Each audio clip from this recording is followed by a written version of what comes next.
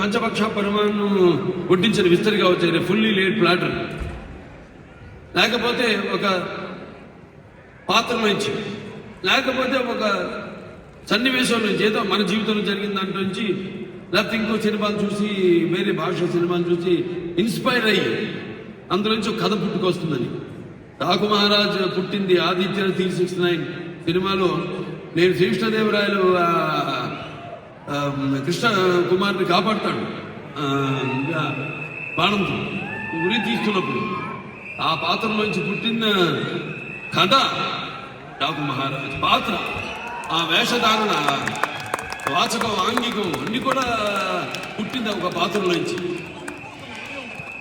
ఆ పాత్ర చుట్టూ ముందు కథ, పాత్ర అనుకున్నాం ఇలా ఉంటే బాగుంటుందని, ఆ తర్వాత దాని చుట్టూ కథ అల్లడం జరిగింది. కథ కూడా ఇలాంటి కథ కాదు మరి, ఎందుకంటే బాలకృష్ణ సినిమాని కానీ నాకెంతో బాధ్యత ఉంది సమాజం వైపు. సినిమా అంటే నిన్నట్టు ఎన్నో సందర్భాల్లో కళ్ళు మూసుకున్నప్పుడు కలిగేది కళ, కలగంటున్నప్పుడు కలిగేది, అలాగే నిద్రపోతున్న సమాజాన్ని మేల్కొల్పేది కళ అని.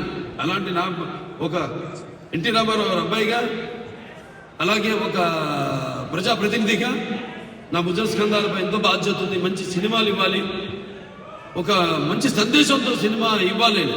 ఈ సినిమాలో కూడా సందేశం ఉంది, చాలా మంచి సందేశం. రేపు చూస్తారు మీరే, 12 విడుదల కాబోతుంది.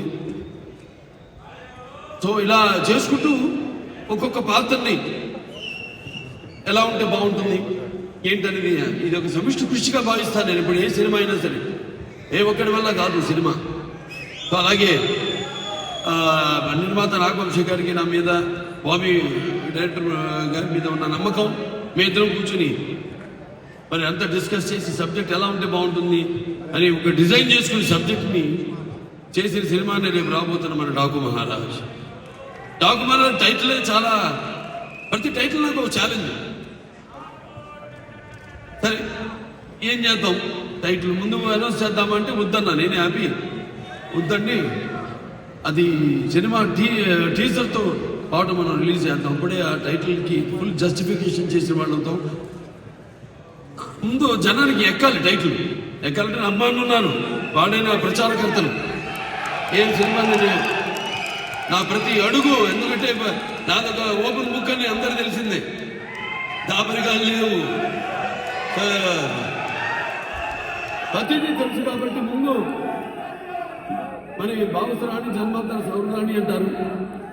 పోయిన జన్మలో ఒకటి తరతో మనకు తెలిసిన వాళ్ళు ఉంటే, ఈ జన్మలో ఏదో కొంత వాళ్ళిద్దరు ఒక 5-6 ఒకళ్ళు పొందొచ్చు. కానీ ఇన్ని లక్షల కోట్ల, వేల లక్షల కోట్ల మంది అభిమానులు పొందడం అంటే అది మరి ఏ పూర్వజన్మ సుకృతమో, లేకపోతే ఏ జన్మల